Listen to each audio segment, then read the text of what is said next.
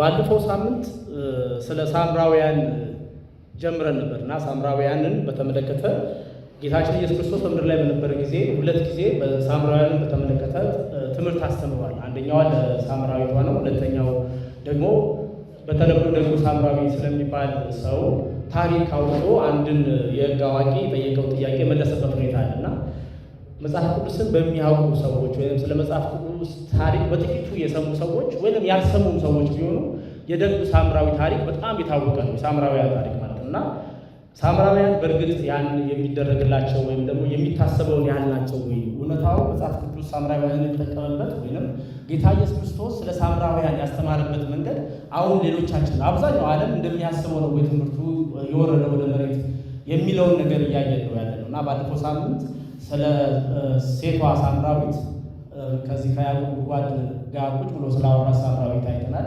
ምናልባት ሳምራውያንን እንደገና ለትንሽ ትላንት የባለፈው ሳምንት ባለፈው ላልነበራችሁ በሳምራውያን ሲነሳ መነሳት ያለበት ነገር መጽሐፍ ቅዱስ ውስጥ ሳምራውያን እስራኤላውያን መሆናቸው ነው።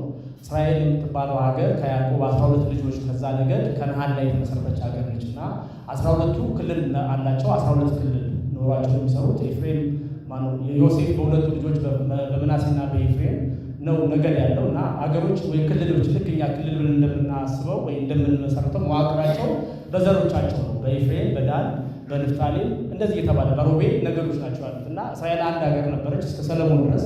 ሰለሞን ባጠፋው ጥፋት ምክንያት እግዚአብሔር መንግስቱን ከዳዊት ወይም ከሰለሞን ዘር ለመውሰድ ወይ ለመንጠቅ በወሰነው መሰረት ለሌሎች ነገዶች የእስራኤል መንግስት እንዲያስተዳድሩ ሲሰጥ ለዳዊት ለገባለት ቃል ግን ኢየሩሳሌምን የይሁዳን ከተማ ለዳዊትና ለቢንያም ሰጥቶ ሌሎቹን ግን በሌሎቹ እንዲተዳደር እንዳደረገ ከነዚህ ከአስተዳደሯቸው የተለያዩ ነገስታት ከተለያየ ነገዶች ከመጡ ነገስታት ኢዮሮብዓም የተባለው ሰው የእስራኤልን የኢየሩሳሌምን አምልኮ ለማስቀረት ምክንያቱም ሰሜን አልፎ ስለገጠረው አስቦ ወደ ሌሎቹ ወደታች ወርደው ኢየሩሳሌም ሄደው ለደቡብ ወይም ለይሁዳ ንጉስ ወይም ለዳዊት ዘሮች እንዳይገዙ ለማድረግ እሱ ከእስራኤል አምልኮ ከኢየሩሳሌም አምልኮ ውጭ ሌላ ማምለኪያ በዚህ በሰሜን ኢየሩሳሌም እንደሰራ በቤቴል አካባቢ እና በዳን አካባቢ እንዳስቀመጠና ህብረተሰቡን የጣዖት አምልኮ እና ከእግዚአብሔር አምልኮ ውጭ እንዳለማመደ ከዛም በኋላ እስራኤል እንደገና በሰሩት ኃጢአት ምክንያት ተሰደው በነበረ ጊዜ ሰሜኑ ወደ አሶር፣ ደቡቡ ደግሞ ወደ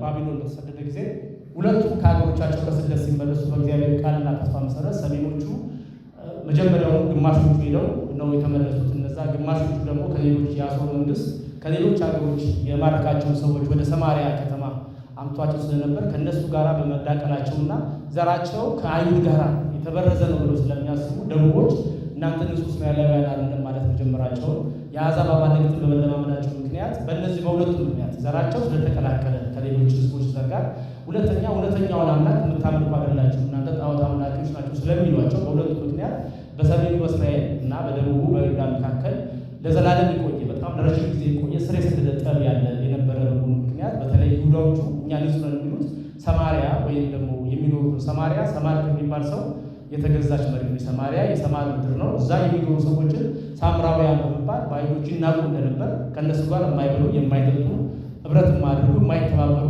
የነበሩ መሆናቸውን ይሄም ለረጅም ዘመናት ከ400 ዓመታት በላይ ቆይቶ በጌታ ኢየሱስ ክርስቶስ ምድር ላይ በነበረበት ጊዜ ይሄው ጥላቻና መገፋፋት የቀጠለ መሆኑ በዚህ ምክንያት የጌታችን ኢየሱስ ክርስቶስ ወደ በሰማርያ በኩል አልፎ ወደ ይሁዳ ወደ ገሊላ ወይም ደግሞ ወደ ኢየሩሳሌም ለመሄድ እነዚህ ሳምራውያን ይከለክሉት እንደነበር አናስገባሉት እንደነበረ አይተናል እና ጠባቸው እየከረረ እንደሆነ በሁለት ወንድማማቾች መካከል ያለ ሳይሆን እጅግ በጣም የዘረኝነት ስሜት ያለው የንጹህና የቅዱስ አይነት ስሜት ያለው እና አይሁዳውያን በሳምራውያን መካከል ላለማለት በዮርዳኖስ ወንዝ በኩል ያልፉ እንደነበረ እና ይሄኛው ግንኙነት እያለ ነው የሳምራውያን የሁለቱ ታሪኮች መጽሐፍ ቅዱስ ላይ ስናነበው ትርጉም ሊሰጠን የሚችለው እንደሆነ አይተን የሴቷን የሳምራዊቷን ጌታ ኢየሱስ ክርስቶስ ሰማርያ በኩል በግድ ማለት ስለነበረበት አልፎ ከኢየሩሳሌም ሲመለስ ያዕቆብ ለልጆቹ ለዮሴፍ በሰራለት የጉድጓዷ በሰጠው ጉድጓድ ቦታ የሰማርያ ምድር ነው። እዛ ጋር ቁጭ ብሎ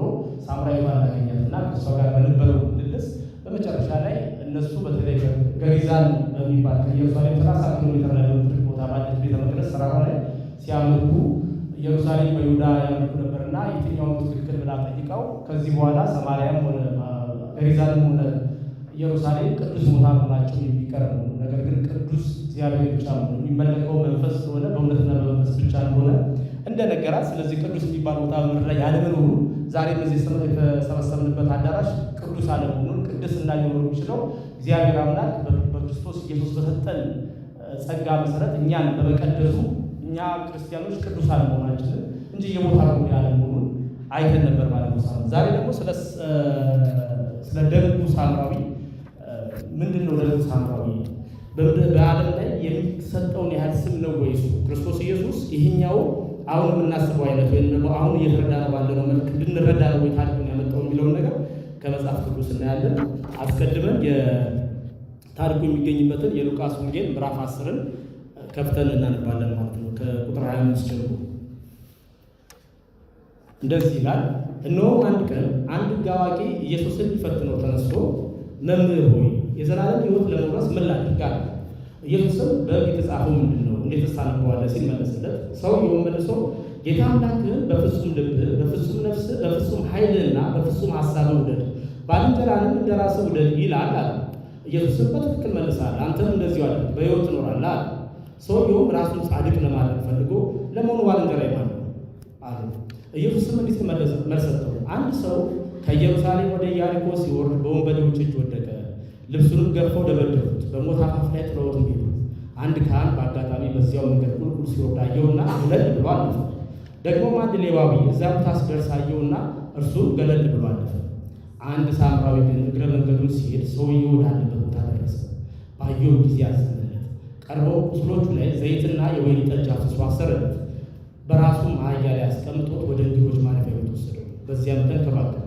በማግስቱ 2 ዲናር አውጥቶ ለማረፊያ ቤቱ ባለቤት ሰጠና ይህ ሰው አደራ አስታምሩ፣ ከዚህ በላይ የምታወጣውን ወጪ እኔ ልስመለስ እከፍላለሁ አለ። እንግዲህ ከነዚህ ከሶስቱ በወንበዴዎች እጅ ለወደቀ ሰው ባልንጀራ የሆነ የትኛው ይመስላል? ሕግ አዋቂው የራራለት ነዋ አለ። ኢየሱስም አንተም ሂድና እንዲሁ አድርግ አለ። ይጸልይ።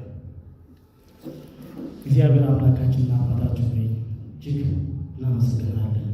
እግዚአብሔር ይህን ቀን ስለሰጠን ተመስገን።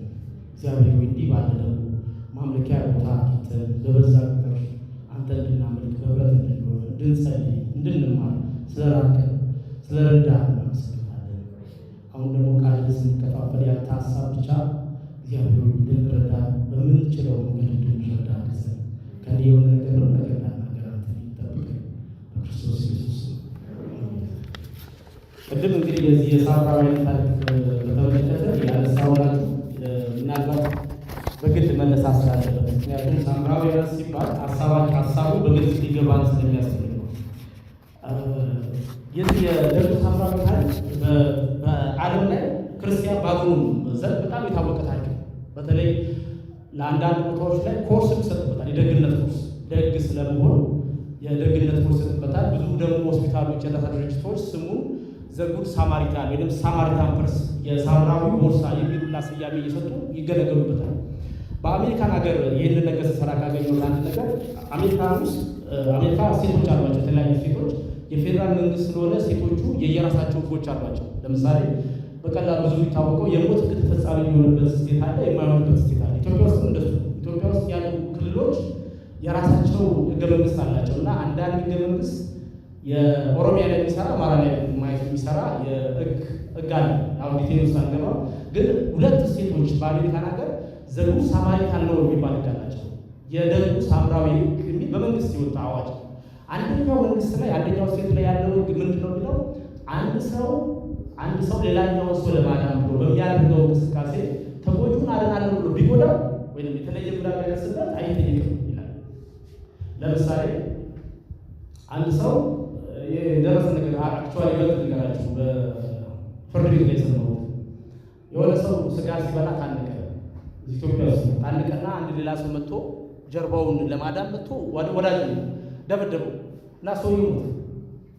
በኋላ ሆስፒታል አስከሬን ሲመረመር ስጋው ያነቀው አይደለም የሚገደለው የተደበደበው እና ለዛ ነው ፍርድ ቤት የቀረበው። የዛ ሀገር አሁን የነገርኳችሁ ስቴት ነው ይሄ ሰውዬ ጥያቄ ያደረገው እሱን ለማዳን በሚያደርገው ጥረት ያደረሰው ጉዳት አይጠይቅም ይላል። ይሄ አንደኛው ሳማሪታን ነው። ሌላኛው ስቴት ላይ ያለው ደግሞ ዘጉ ሳማሪታን ነው። አንድ ሰው አቅምና ችሎታ ያለው በአካባቢው አደጋ የደረሰበት እርዳታ የሚያስፈልገው ሰው ቢገኝ የመርዳት ግዴታ አለበት።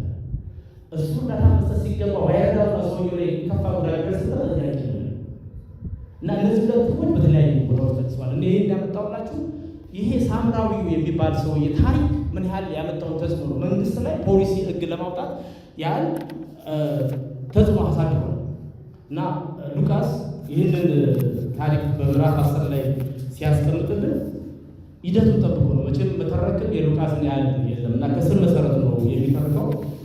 ክፍሉ ሲጀምረው ምዕራፍ 10 ቁጥር 5 ላይ አንድ ቀን አንድ ሕግ አዋቂ ሊፈትነው ተነሳ ብሎ ነው የሚጀምረው።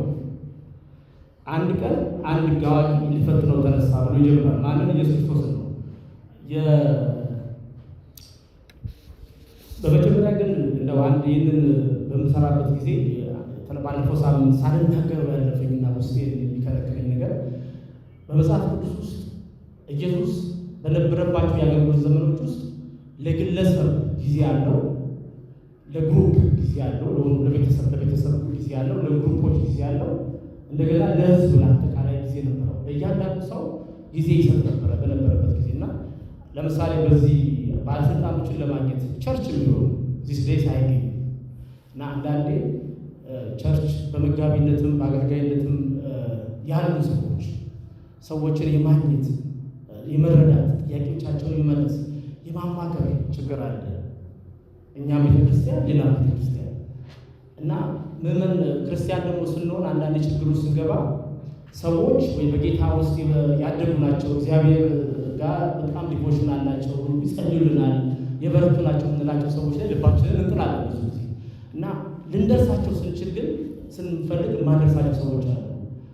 እኛ ቤት አንድ ታናሽ ነበረ አሁን በሕይወት እና በጣም ታሞ እናቴ አንድ የሆነ አገልጋይ የሚባል ሰው ሲጸልይ ሰዎች ይፈወሳሉ ተብሎ የሚነገርለት ሰው ነበር እና ሰፈራችን ስለነበረ አንድ ቀን ናና ጸልይለት ለልጅ ያለችው እና አይመቸኝም ብሎ ቀረ ማለት ነው። ከልጇ ዓለም የሰውየው መልስ እምነቷን በጣም ሸርሽሮታል እና ሰዎች የግል ጊዜ ለመስጠት አገልጋዮች ሆነን እንቸገራለን። ለሁላችን ኢየሱስ ክርስቶስ ግን ለየትኛውም ሰው ለምሳሌ ለኒቆዲሞስ የግል ጊዜ ሰጥቷል። ለዚህ ለሳምራዊቷ ሴት ጠብቆ በጣም ፀሐይ ቁጭ ብሎ የግል ጊዜ ሰጥቷታል። ለእያንዳንዷ ሴት፣ ለእያንዳንዱ ወንድ፣ ለእያንዳንዱ ትልቅ ትንሽ ዳ ሀብታም የግል ጊዜ ሰጥቶ ነው የሚያስተምረው። ጥያቄ የሚመልሰው የሚፈውስ ነው። እኔ ለምሳሌ ነገራችሁ አንዳንዴ ጸሎት የሆነ ችግር ይኖረኛል። በራሴ ጥያቄ የሚሆኑ ነገሮች ይኖራል በብዙ መልኩ ማለት ነው። ለምሳሌ እነዛ ቤተክርስቲያን አምጥቼ ጸሎት ድረስ ማድረግ ማስችላቸው እንዳትታዘቡኝ ሊሆን ይችላል፣ ወይም ሌላ ነገር እንዳትሉኝ እምላቸው ወይም ልጆቼ ወይም ሚስቴ እንዲሰሙብኝ ማልፈልገው ችግር ሊሆን ይችላል። ቢሰሙ ምናልባት እናንተ ካራለም እንደ አባታችን ወይም አሌ እንዳትሉ ሊሆን ይችላል። ጌታ ብቻ ነው ያውቀው የሚፈውሰው የሚያደርግ ሲሆን እንደዚህ በጨለማ ቢሆን ሸሽግ ኒቆዲሞስ ብቻዬን አወራለሁ የብቻ ይሆናል እና ኢየሱስ የብቻ የግል ብቻ አምላክ እና አንዳንዴ እንዲህ መጋቢዎች ቢያስቸግር ብናስቸግር ባናገኝም ጌታ ግን የግል ስለሆነ በግላችን የምናገኘው አምላክ እና ይህም ሕግ አዋቂ በግል ነው የራሱ ጥያቄ ስለነበረው የራሱ መስራት ስለነበረው ማለት ነው። ኢየሱስ መምህር ነው። ይህ ሕግ አዋቂ ስለሆነ በምን በልጦ ነው ተከታይ የሚያፈራውን ብሎ አስቦ ሊሆን ይችላል እና ትራፕ ሊያደርገው ፈልጓል። በበጎ ጎን አይደለም የመጣው ኢንቴንሽኑ ፍላጎቱ ይህንን ኢየሱስን ምንድን ነው አቋሙ እና የሕግ ሰው ነው፣ ብዙ ሕጎችን ያውቃል። ኢየሱስ ደግሞ ከገሊላ የመጣው እነሱ በሚያውቀው የራባይ መንደር ውስጥ አይደለም ያደገው። ስለዚህ ሊፈትነው መጣ እና ኢየሱስን ሕግ አዋቂ አንድ ጥያቄ ጠየቀው ማለት ነው። ያ ጥያቄ የዘላለምን ሕይወት መምህር ሆኖ የዘላለም ሕይወት ለመውረስ ምን ላድርጋለሁ? በነገራችን ላይ ኢየሱስን አንድ የሕግ አዋቂ የዛ የይሁድን ሕግ ወይም ቶራን አጥንቶ የመጣ ሰው ኢየሱስን አላወቀውም እንጂ ኢየሱስ ሕግ አዋቂ ብቻ ነው። ይሄ ሰውዬ ሕግ አጥንቶ ነው ያወቀው። የሆነ ሰው አስጠንቶት አንብቦ ነው ሕግ አዋቂ ሆነው ስኮላሪ ነው። ኢየሱስን አላወቀውም እንጂ ኢየሱስ ሕግ አዋቂው ራሱ ነው። ሕግ ፈጻሚው ራሱ ነው። ሕግ ተርጓሚው ኢየሱስ ራሱ ነው። ሰውየው የማያውቀው በመንግስት መዋቅር ውስጥ 3 አካላት አሉ። ይሄ ፖለቲካ ትምህርት ነው። እነዛ 3 አካላት ህግ አውጪ የሚባል አካል አለ። የኢትዮጵያ ምክር ቤት የምንለው በተለምዶ እኛ ይወክላል የሚባሉት እና ህግ ፈጻሚ ጠቅላይ ሚኒስትሩ ነው። ማስፈጸምና ፍርድ ቤት አለ ደግሞ ጌታ ኢየሱስ ክርስቶስ ይህንን ሰዎችን ወደ ራሱ እንዲመጣ ያደረገው ህግ ያወጣ አምላክ ነው። ይህንን ህግ ሰዎች ባለመጠበቃቸው እና ሊፈጽሙት ባለመቻላቸው ምክንያት ፈጽሞ ሰው ሆኖ ያሳየ አምላክ ነው። በሰዎች በህግ ምክንያት የትርጉም ችግር ሲኖርባቸው ህጉን የዳኛ አምላክ ነው እና እሱ አሳንሶ እንዳየዋል ለመፈተን አይዘጋጅም ነበር። ኢየሱስ ግን አመጣለት። መምህሩ የዘላለም ሕይወት ለመውረስ ምን ላድርግ? ይህ ጥያቄ በመጽሐፍ ቅዱስ 19 ጊዜ ጠይቋል። የዘላለም ሕይወትን ለመውረስ ምን ላድርግ? የዘላለም ሕይወትን እንዳገኝ ምን ላድርግ? ዛሬ ላይ ሁሉ ጠየቅ ምድር ነው። የዘላለም ሕይወት እንዲያገኝ ሰው ያደርግ ጌታ ኢየሱስ ክርስቶስን መቀበል ያለበት አይደል? ይሄ ሰውዬ የህግ አዋቂ ነው። የህግ አዋቂ ስለሆነ ኢየሱስ መጥቶ እንግዲህ ትራፕ እንዳያደርገው ሊፈትነው ነው የመጣው። የዘላለም ሕይወትን ለማግኘት ምን ላድርግ? የህግ ሰው ስለሆነ እሱ የሚያውቀው ግን ስለዚህ ዘላለም ሕይወትን ለማግኘት ምን ላድርግ ማለት ራሱ ጥያቄው በእሱ አንጻር ተገቢ ነው። ምክንያቱም በህግ አዋቂዎች ዘንድ ህግን በሚከተሉ ሰዎች ዘንድ ህግ በሰጣቸው ሰዎች ዘንድ ለመዳን ወይ ማድረግ ነው ወይ አለማድረግ ነው። ከሁለት በስራ ነው የሚዳነው። ወይ ማድረግ ያለብን ታደርጋለህ ወይም አታድርግ የተባለውን አታድርግ ሰንብት ነው። ስለዚህ ዘላለም ሕይወትን ለማድረግ ይህ ይደረግ ነገር አለ ማለት ነው። ዛሬ እንኳን ይህ ሃይማኖት ከክርስቶስን ኢየሱስን ከተቀበሉ እሱ ለእኔ ኃጢአት የሞተ ነው፣ በእሱ ሞትና ትንሣኤ ኃጢአት ተሽሯል፣ ድኛለሁ፣ የዘላለም ሕይወት አግኝቻለሁ ከሚሉ ክርስቲያን በስተቀር ይህንን ከሚያውቁ በስተቀር ያለ ሌላ እውነት በሙሉ በአደጋ ታሪክ ውስጥ ስታደርግ ትድናለህ፣ ሳታደርግ አትድንም። ስለዚህ ይህ በሕግ ለመመራቱና ሕግ ሰጥቶት እንደመኖሩ ምክንያት ትክክል ነው። በጊዜው ሕግ ማድረግ ነው የሚያለው አለማድረግ ነው የሚያስፈልገውና ምን ላድርግ? ኢየሱስ በቀጥታ አልመለሰለትም። ሕግ አዋቂ ስለሆነ እሱን ሕግን የሚያውቀውን ሰው መልሶ ነው የጠየቀው። በሕግ ጻፈው ምንድን ነው እንዴት ታነበዋለህ አለው እና ይሄ ጥያቄ ለሕግ ሰውዬ ለዛ ላለው የሕግ በነገራችን ላይ የሕግ አዋቂ ማለት እዛ ሰፈር ውስጥ በዛ አካባቢ አሁን እንደምናስበው ቦርሳ ይዞ ፍርድ ቤት ሄዶ ሰው የሚካሰስ ዳኝነት የሚጠይቅ ማለት ሳይሆን ሕግን አውቆ የሚያስተምር ወይም ደግሞ ሕግን አውቆ ሌሎች ተሳስተዋል ሲባል የሚኮንን ሰው ማለት ነው። ሕግን በማወቁ ምክንያት ከሕግ ውጭ ነው እያለ የሚኮንን ሰው ማለት ነው በጊዜው እና እሱ ግን እንዴት ታነበዋለህ? በጣም ቀላል ጥያቄ ነው ለሱ። ለዚህ ሰውዬ ይህን መመለስ ቀላል ጥያቄ ነው።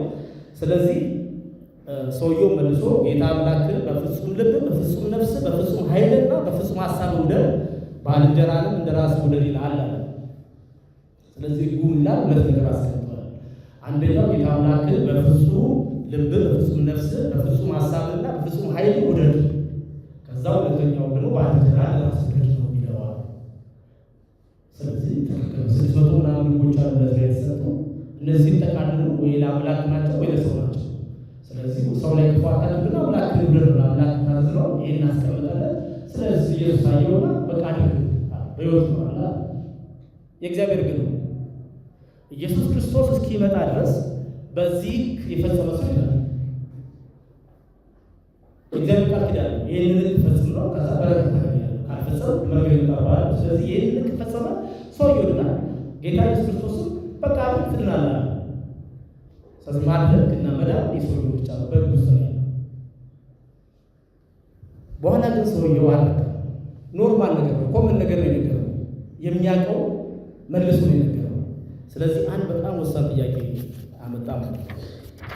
ሰውየው በጣም ወሳኝ ጥያቄ አመጥቶ ይሄ የደጉ ሳምራዊ ታሪክ ጌታ ኢየሱስ እንዲያወራ ያደረገው ጥያቄ ጠየቀ።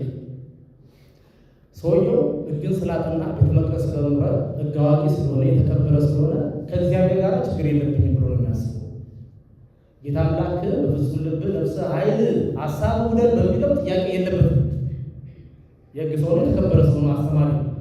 ስለዚህ ችግሩ አሁን ባልንጀራዬ ማን ነው? ምክንያቱም ባልንጀራዬ ማን ነው? አሁን ለወድ የሚገባኝ ሰው ታዲያ ማን ነው? ማንን ነው የምወደው? ማንን ነው የማልወደው? ስለዚህ የትኛው ባልንጀራዬ ማን ነው? የኢትዮጵያ አማርኛ መጽሐፍ ቅዱስ 54 እና ይሄ የ80ው ነው ባልንጀራ የሚለው የሌሎች መጽሐፍ ቅዱሶች ጎረቤት ነው። ጎረቤትን እንደራስ ወደድ ኔበር አቅራቢያ ያለ ሰው ማለት እና ማን ነው ታዲያ የኔ ባልንጀራ ነው? ኢየሱስ ትዝ ይላችሁ እንደሆነ ስለ ዘሩ ምሳሌ ሲናገር እንደው ጊዜ ለምሳሌ ይናገራል። ሰው ተሰበሰበ ሲል እግዚአብሔር መንግስት የተገለጠላችሁ ለእናንተ በግልጽ እናገራለሁ፣ ለሌሎች ግን በምሳሌ እናገራለሁ። ይሄ ሰው በምሳሌ በቀጥታ ቢነግረው እውነቱ ሰውየው ሊደነጋገር ይችላል፣ ላይቀበል ላይቀበል ይችላል። ስለዚህ ሊገባው በሚችል ምሳሌ ያመጣል። በጣም እጅግ ታማኒ የሆነ ምሳሌ ያመጣል። ታሪኩ ደጉ ሳምራዊ የምታውቁት በጣም ኮመን ታሪክ ነው። ግን እያንዳንዱ ነገር በፈትሸው እንዴት ኢየሱስ ይህንን ሰውዬ ለማስረዳት ብሎ ጥልቅ የሆነ ታሪክ እንደነገረው እንረዳለን። እያንዳንዱ ምክንያት ለምሳሌ አንድ ሰው ከኢየሩሳሌም ወደ ኢያሪኮ ሲወርድ በወንበዴዎች እጅ ወደቀ። ልብሱንም ገፈው ደበደቡት፣ በሞት አፋፍ ላይ ጥለውት ሄዱ። አንድ ሰው ከኢየሩሳሌም ወደ ኢያሪኮ ወረደ እና ወረደ ካለ ከፍታና ዝቅታ አለ ማለት ነው። በብዙ መጽሐፎች ብታዩ ከኢየሩሳሌም ወደ ኢያሪኮ ያለው መንገድ ቁልቁለት ነው። ከኢያሪኮ ወደ ኢየሩሳሌም ደግሞ ያለው መንገድ ዳገት ነው እና ቁልቁለቱ ሸለቆ ነው። ሸለቆ አለ እና ቁልቁል ሲመጣ ኮረኮንች መንገድ አለው፣ የሚተጣጠፍ መንገድ አለው፣ ስርቻዎች አሉ። ለሌባ በጣም አመቺ ሰፈር ይሄ ይታወቃል። በነገራችን ላይ በዛ ቦታ ላይ ወንበዴዎች ሰዎችን እንደሚዘርፉ እንደውም አንዳንድ መጽሐፎች በሞት ጥላ መካከል እንኳን ቢሄድ አንተ ከእኔ ጋር ነህና ክፉን አትፈራም የሚለው ዳዊት ከኢየሩሳሌም ኢያሪኮ ያለውን መንገድ ነው። በተለምዶ ያ መንገድ የደም መንገድ ነው ማለት ነው። እናው የደም መንገድ ብቻ ሳይሆን the valley of the shadow of death ተብሎ ይጠራ ይላል። የሞት ጥላ መካከል ያለ ሸለቆ ማለት ነው። ያ ሸለቆ እና በጣም እጅግ አስፈሪ ቦታ ነው። በኢትዮጵያ ውስጥ የጓሲዮን የሚባለው የአባይ ሸለቆ እንደዚህ አይነት ስሜት ያለው ይመስለኛል። ምናልባት ዝም ብዬ ንጽጽር ፍቅር እስከ መቃብር ላይ በዛ በሚባለው ገጸ ባህሪ ተደበድበው በአባይ ሸለቆ ውስጥ ነው ጓሲዮን አካባቢ እና ወንበዴዎች አሉ። ያ ይታወቅ። ለምሳሌ ቡታጀራ የሚባል ስፍራ ታውቃላችሁ? ሀገር ታውቃላችሁ? ቡታጀራ ማለት ሽፍታ አለ ማለት ነው። በጣም የሚያስቸግር ሽፍታ ስለነበር ሰዎች አለ የለም ብለው የሚያልፉበት ስለነበር ነው ያን አካባቢ ቡታጀራ ይባላል። የመጋቢ ካሳሁን የተረጋገጠው እርግጠኛው እምነትን መጽሐፍ ብታነቡ ገጽ 12 ላይ ስለዚህ ቦታ ጽፏል እና አዲስ መረጃ እንደሚያገኘው ከዛ ላይ እስከ 19ኛው ክፍለ ዘመን ድረስ የታወቀ የወንበዴዎች መጠለያ ነበር እና እዛ አካባቢ ሼኮች ነበሩ። የፓለስቲን የእስራኤል የሚባል ሀገር የለም። 1948 ነው የመጣው። የፍልስጤም ሼኮች እዛ አካባቢ ያሉ አካባቢው ደህንነቱ የተረጋገጠ ነው። እለፉ ያትለፉ ለማለት ገንዘብ ያስከፍሉ ነበር። ዳዊት ሌላ እና ስሙን የረሳው ሰው እስከ ቅርብ ጊዜ ድረስ መኪና አስቆሙ የሚዘርፉበት ፖሊስ ሲመጣ የሚሸሽበት ሰፈር ነው። አሁንም አደገኛ ሰፈር ነው ያ ሰፈር እና እዛ ቦታ ላይ ለዛ ጋዋቂ ከዛ ወረደና ወንበዴው ደበደቡ ሲል ይገባው እና ደብድቦ ልብሱን ገፈው አፍድግ በሞትና በሕይወት መካከል አድርገው ሄዱ እና ሰውየው በጣም ከባድ ተደረገ። ጊዜያችሁን ካልወሰድኩባችሁ አንድ 1985 14 15 ዓመት ላይ ሰፈሬ አዲስ ከተማ ነው ያለው ሰው ካለ ነው አዲስ ከተማ ከሰባተኛ በአመት መካከል ያለው እና ከሱ ጀርባ እዚህ አማኑ ቤተክርስቲያን ለበረዳና ይባል ሰፈራ በመካከል ወንዝ አለ። እኛ ከሰፈራችን ወንዝ ስንሄድ ያን ወንዝ አልፈን ነው እና አንድ ቀን ተላኩ ወደ በረዳ 14 15 ዓመት እና ተልኬ 2 ብር ነው ያስኩት ለገዛ 2 ብር ብዙ ነው ያለ ለስፌት የሚሆን ነገር በገዛ የሚሄድ እና መንገድ ላይ ሲሄድ የአባቴን ጃኬት ኮት ነው የለበስኩት። ከፋይ ኮት ሲሆን አረንጓዴ ነገር እንደዚህ ያለ አረንጓዴ ሳይሆን ከዚህ እንትን ያለ ወይን አረንጓዴ የሚባል አለ ጠቆር ያለች አረንጓዴ እሷን ለብሼ ሰፍቶኛል። እጅጌውን አጥፌው ነው የሚሄደው እና ያችን ወንዝ ሲሻገር ወንዙ በጣም ቆሻሻ ነው። እንደምታውቁት ወንዝ በጣም ቆሻሻ ወንዝ ነው። ድንጋይ እያደረጉት ሲሻገር ናፍቁ ምናምን የሆነ ሰው ስዞ የሀዛ ከወንዙ እንዲቀጥሎ አንድ ጓደኛ ነበር 7ኛ ክፍል አብሬ ተማርኩት እና እሱ ነው የጠራኝ ብዬ ነው ቆሜ የምጠብቀው። ከዛ 2 ሆኖ መጡ ሰዎች። አሁንም ፊታቸው ይለኛል መጡና ያለ አምጣ ገንዘብ እዛች እንደ ኪስ ነበር አሰች ኪስ እዛ ውስጥ ያለውን ያን 2 ብር ሰጥቷቸው ለምን እንደሆነ እንጂ ከገንዘብ ውጭ እንደፈለጉ ባላለ መጡ። እና አንድ ጊዜ አንደኛው መታኝ፣ ሁለተኛው ሆዴ መታኝ። ከዛ ሆዴን ይዤ ስትስል የማስታውሰው የመጨረሻ ጌታ አጠገብ ያለው ልጅ ጥቁር ጫማ ሲነሳ ነው ከመሬት። ከዛ አለቀ። ከዚህ በኋላ የተነገረው ታሪክ የሰማው ታሪክ ለኔ ተረት እንደ ተረት ነው የምሰማው። እስከ ዛሬ አንድ ያክስ ምክር ሞታ ወንድሜ ፍቅሩ ስለዘቀ ሲነግረኝ ሌላ ነገር ሆናለኛል። አዲስ ሰምቼው ማለት ነው ተረት ነው። ከዛ በኋላ ያገኘሁት እኔ ራሴ ስነቃ ሰው ቤት ልጅ የሆነስ ጋቢ ለብሼ ራቁቴን ሆኜ ሰው አልጋ ላይ አስተኛኝ የነቃሁት። አፍዴድ ማለት እሱ ለሰዎች ብሩን ጥለው ነው የሄዱት ላይ። ከዛ ሰዎች ሲያልፉ አይተው እንደሞቱ ያሰቡት። ስለዚህ ሰው ተገድሏል ብለው ጮኸው በዛ አይነት ውስጥ ሌላ ሰው አይቶ የወንድሜ ጓደኛ ሄዶ ሮጦ ታምሬ ተገድሎ ተጥሏል ተብሎ ከዛ ሊከሰተውን ሰፈር ውስጥ እንደዛው ነው እና አፍዴድ ማለት እሱ። ከዛ ግን እዛ ካለ ቆሻሻ ወደኩበት አንስታ ከዛ ቤት ወስዳ ልብሴና ወጣ አጥባ ያስተኛችኝ አንድ ሴት ነበረች። ኤኒስ የወደቀው እንደዛ ነው እና አፍዴድ አንደርስታንድ አደርገዋለሁ፣ ይገባኛል እንደዚህ የመውደቁ ማለት ነው። ይህ ሰውዬ ስለዚህ ራሱን አያውቅም፣ ወድቋል። ትተውት ነው የሄዱት። ጌታ ኢየሱስ ክርስቶስ ስለ ባልንጀራ ሊነግረው ሲፈልግ አንድ ካህን መጣ። በዛ በኩል አለፈና ሰውዬውን አይቶ ትቶት ሄደ። አለፍ ብሎ ገለል ብሎ ይሄዳል። የእኛ መጽሐፍ ቅዱስ ግን ሌሎቹን ሪፈርስ አድርግ በሌላ መንገድ ይለው አይሁዳ በሌላ መንገድ አውቆታል። አይሁድ መሆኑን አውቆታል። የሀገሩ ሰው መሆኑን አውቆታል። መጎዳትን አውቆታል። አፍዴድ እንደሆነ አውቆታል። ራሱ ስቷል፣ ሄደ። ከዛ የሚቀጥለው ደግሞ ሌዋዊ መጣ። አሁን እየወረደለት ነው የመጣው። ሁሉም ካህን ሌዋዊ ነው። ሁሉም ሌዋዊ ካህን አይደለም። ሌዋዊ ቤተ መቅደስ የሚያገለግል ነው። ካህን ግን ፕሪስት ነው፣ የሚያጥብ ነው። ሌዋዊ ሲመጣ ሄደ። እነዚህ ሁለት ሰዎች ግን የማወቅ ብቻ ነው የመፈጸምና የማስፈጸም ግዴታ አለባቸው። የማድረግ የመኖር ግዴታ አለባቸው። አዩትና ግን ተውት። ነገር ግን አንድ ሳምራዊ መጣ። አንዳንድ የኢየሱስ ክርስቶስ ታሪክ ቪዲዮዎች ላይ እና አንዳንድ ስዕሎች ላይ ሳምራዊ የሆነ የደከመ ሰው የተናቀ ሲባል የደከመ የተመሳቁ ሰው አድርጎ ነው አይደለም። ሳምራዊ ገንዘብ ያለው ሙሉ ሰው ማሰብ ማለት የተናቀ ሲባል ቅድም ባልኳችሁ ዘር ተቀላቅሏል ንጹሕ አይሁዳዊ አይደለም ብሎ ከማሰብ አጋንንት አለብን ጌታ ኢየሱስ ክርስቶስ እንዳሉት ማለት ጌታ ኢየሱስ ክርስቶስ ላይ ሲከራከሩ ሳይችሉ ሲቀሩ እንደውም አንተ ሳምራዊ አጋንንት አለብን እንደዛ ነው ተናቀ ማለት አግን አቅም ያለው ሰው እሱ መጣና ለሰው ያደረገው ነገር ቢዮንድ ኢማጂኔሽን ከሀሳብ ውጪ። አንዳንድ ሰዎች አንዳንድ መጽሐፍ ላይ እነዛ ሁለቱ ሌዋዊና ካህናት ለዛ ሰው ሊረዱ ካልቻሉ ከስራቸው ከአገልግሎታቸው የተነሳ ብለው ይሟገቱ ናቸው። ለምሳሌ ካህኑ ያንን ሰው ሞቶ ሆነ ቢነቃውና ሬሳ የነቃ ሰው ቤተ መቅደስ ማገልገል ስለማይችል ነው፣ ደም ተነክተው ስለሚረሱ ቤተ መቅደስ መግባት ስለማይችል ብሎ ይከራከሩ ናቸው። በነገራችን ላይ ታሪክ ነው ኢየሱስ ክርስቶስ የደረሰው ታሪክ አክቹዋሊ ይበቃል የተፈጸመ ሳምራዊ በሕይወት ያለ ሳይሆን ኢየሱስ ክርስቶስ የፈጠረው ታሪክ። ይህን ለማስተማር አንድ ታሪክ ኢየሱስ ክርስቶስ ከፈጠረው የአንድ ደራሲ አንድ ሰው ከፈጠረ ያ ገጸ ባህሪ ሊያስብ የሚችለው ነገር ደራሲ ካለነገር መሰረት መገመት አይችልም። በሕይወት ያለ ሰው ሲሆን የሰው ልብ ስለማይመረመር መገመት ይችላል። ግን ደራሲ የደረሰው ድርሰት ላይ ያለው ገጸ ባህሪ እሱ እንደዚህ አስቦ ነው ብሎ ደራሲ ካልነገረ በስተቀር እኛ መገመት መብት የለም። እና ጌታ ኢየሱስ ክርስቶስ እነዚህ ሰዎች አገልግሎታቸውን የቤተ መቅደሱን አስቀድመው እንደምን ያለታቸው ብሎ ኢንፎርሜሽን ሰጠን፣ መረጃ ሰጠን ነበር። ሊናገር የፈለገው ሊረዱት አልፈለጉም። ባላቸው ካፓሲቲ ሊረዱት አልፈለጉም። መጥተው ያ ሳምራዊ መጣና ቀረብ ብሎ ያ ሳምራዊ ግን መጥቶ ቀረብ ብሎ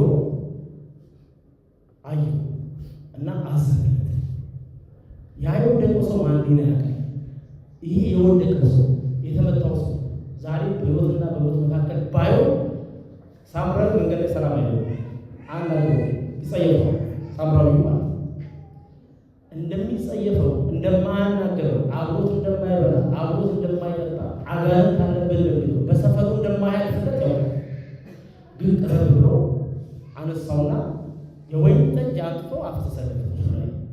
የወይን ጠጅ አልኮል ደም ያደርጋል። አረ አልኮል ዶክተር ስሞላ ለባያችሁ አልኮል ደም ያደርጋል። ዘይት ህመም ይቀንሳል። የተቃጠለ ሰው ምናምን ዘይት ሲደረግለት ስላለበሰው ቅባት ነገሮች የህመም ይቀንስ ባህሪ ያላቸውና ሰውየው ባህላዊ ሕክምናውንም እዛ ተጠቅሟል። ያለው ይሄ ያለው አድርጓል። ተሸክሞት አህያው ያስቀምጣል። ከዛ ወደ እንግዳ ማረፊያ ከዛ ሸለቆ ወደ እንግዳ ማረፊያ ሲወስደው ረዥም ነገር ተብሏል። ከተማ ገብቶ ለእንግዳ ማረፊያው ሰጥቶት ተንከባክቧል። 2 ዲናር ሰጥቷል።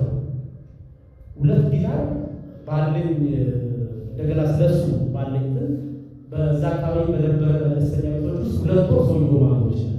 ሰውየው ለሱ ብቻ አደረ አብሮ ጠዋት ላይ ሰውየው ተሰብሮ ይችላል። የራሱ ዋለ ቤተሰብ ባይኖረው ህይወት አለው።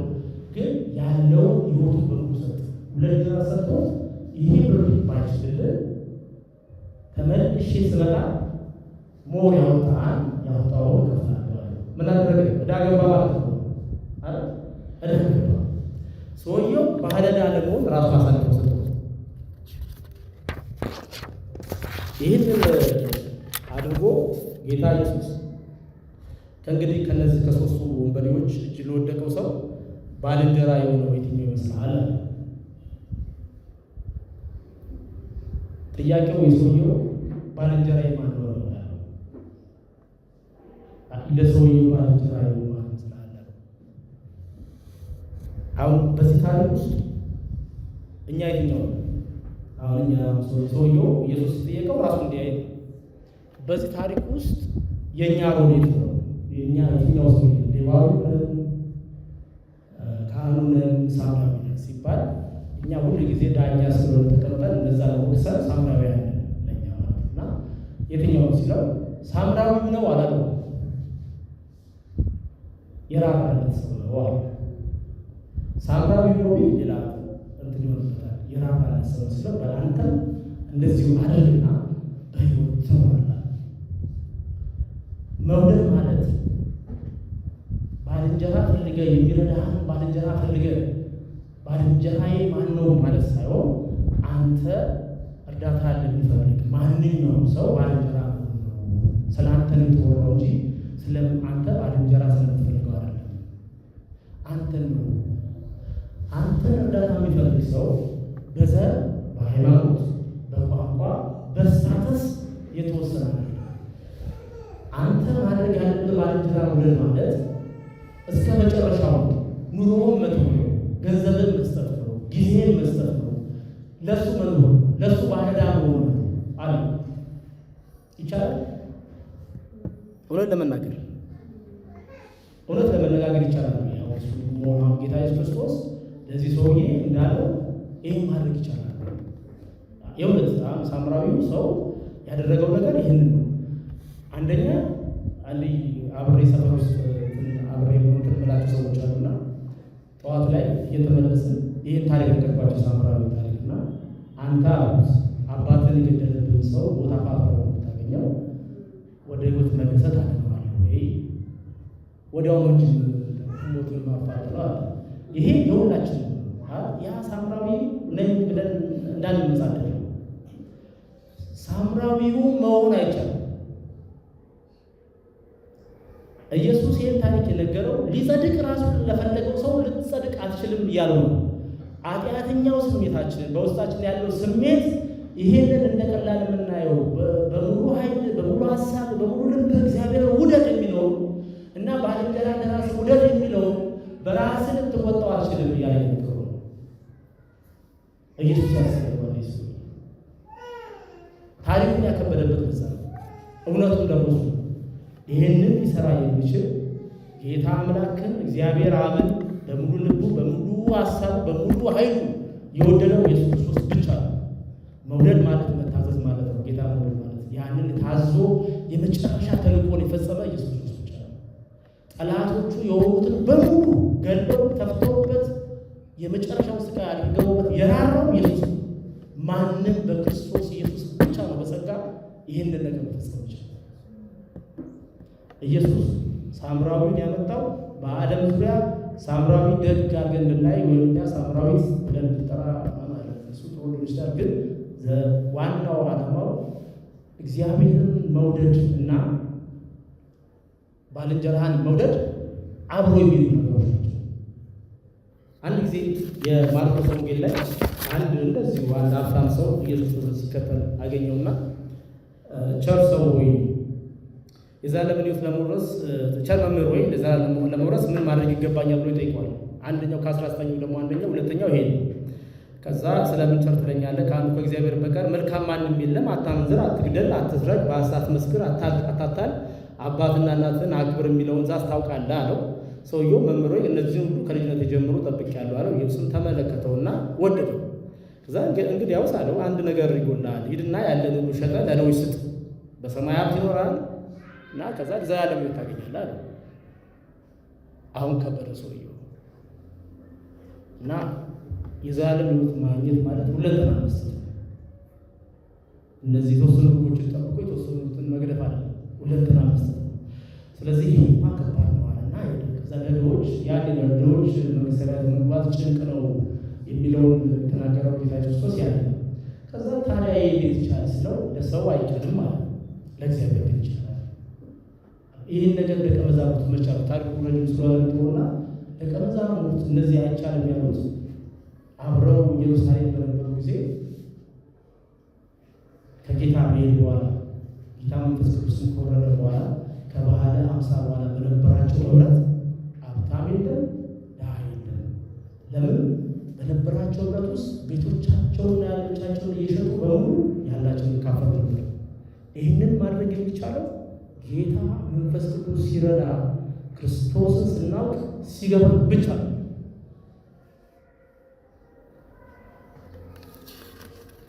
እንደውም እነሱ ታዲያ ማን ሊድን ይችላል ብለው ነውና ክርስቶስ ይህን ነገር ያላቸው።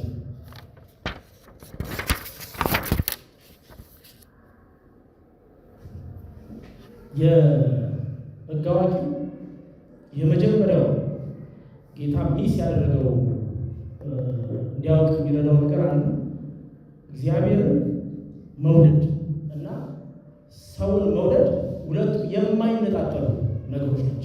እግዚአብሔርን ስንወድ ወይ ሲወደን ጀምሮ እግዚአብሔርኛ ወዶ ነው የምንወደው። ስንወድ ነው ማሰብ የሚሰጠን ጸጋውን የሚሰጠን ስንወደው ነው እና ዮሐንስ በአንደኛ ዮሐንስ ምዕራፍ 2 ላይ ትእዛዞቹን ብንፈጽም እርሱን በማወቃችን በዚህ እርግጠኞች እንሆናለን። እርሱን አውቃለሁ እያለ እግዚአብሔር ትእዛዞቹን የማይፈጽም ግን ሐሰተኛ ነው፣ እውነትም በእርሱ ውስጥ የለም። ነገር ግን ማንም ቃሉን ቢጠብቅ በእውነት የእግዚአብሔር ፍቅር በእርሱ ፍጹም ሆኗል። በእርሱ መሆናችንን የምናውቀው በዚህ ነው። ማንም በእርሱ ይኖራል የሚል ኢየሱስ እንደተመላለሰ ሊመላለስ ይገባዋል። እግዚአብሔር በምን ሁኔታ ሰዎች ሊመላለሱ እንደሚገባ ያሳየው በክርስቶስ ኢየሱስ በኩል ነው። ምሳሌ ሁሉን ያለፈው ኢየሱስ የኖረውን ኑሮ ሰው ሊመላለስ ይገባዋል። አስቀድሞ እርሱ አስቀድሞ ወዶናልና እኛ እንወደዋለን። ማንም እግዚአብሔርን እወደዋለሁ ያለ ወንድሙን ቢጠላ እርሱ ሐሰተኛ ነው። ያየውን ወንድሙን የማይወድ ያላየውን እግዚአብሔርን መውደድ አይችልምና እርሱም እግዚአብሔር የሚወድ ሁሉ ወንድሙን መውደድ ይገባዋል። ስለዚህ ነገር ግን የዚህ ዓለም ገንዘብ ያለው ወንድሙን የሚያስፈልገውን ሲያጣ አይቶ ያራራለት ማንም ቢሆን የእግዚአብሔር ፍቅር በእርሱ እንዴት ይኖራል? አስቀድሞ የእግዚአብሔር ፍቅር ያለው ሰው ነው ለሌሎች መራራት የሚችለው። እና አንዳንዴ ቼክ የምናደርገው እምነታችንን እግዚአብሔር በወደደኝ መጠን ራሴ ምን ያህል ሰጥቻለሁ፣ ራሴ ምን ያህል እግዚአብሔርን ወደዋለሁ፣ እግዚአብሔር የሚገባውን ነገር ሰጥቼዋለሁ ብለን ቼክ የምናደርገው ሕጉን በማወቅ መጽሐፍ ቅዱስን በመተርተር ወይም የሆነ ነገር በጣም ኖሌጅብል በመሆን እና የሆነ በተነሱ የእግዚአብሔር ኢሹዎች ላይ በመከራከር እና ጠበቃ በመሆን አለ። ትክክለኛ እግዚአብሔር እውነት የምናውቀው ከሆነ እግዚአብሔር መውደዳችንን የምናሳየው ለሰዎች ማለት ፍቅር ነው። የሳምራዊ ታሪክ ኢየሱስ ሆነ ብሎ ነው ከሌዋዊ ወደ ካህኑ፣ ከካህኑ ወደ ሌዋዊ፣ ከሌዋዊ ወደ ሳምራዊ መጣው። እውነት አጠገባችን የኛ የሆነ ሰው አለ የምንራራለን። አንድ ጊዜ ነው መሰላችሁ ልደት ፖለቲካ አታውቅም፣ ፍራንክሊ አታውቅም። እና አንድ ጊዜ የሆነ ጠብ ተነሳ፣ እንደ ብሔር ግጭት ነገር ነው ተነሳና አንድ ሰፈር ውስጥ ያለች ልጅ ትነግራታለች፣ ስለ ትዘግብላታለች ማለት ነው። የሚገርምሽ እነዛ እንትኖች እኮ ተገደሉ ስል እንዴ የእኛም እኮ መጀመሪያ ተገድለዋል ትላለች ያች። ከዛ እሷ ደነገጠች።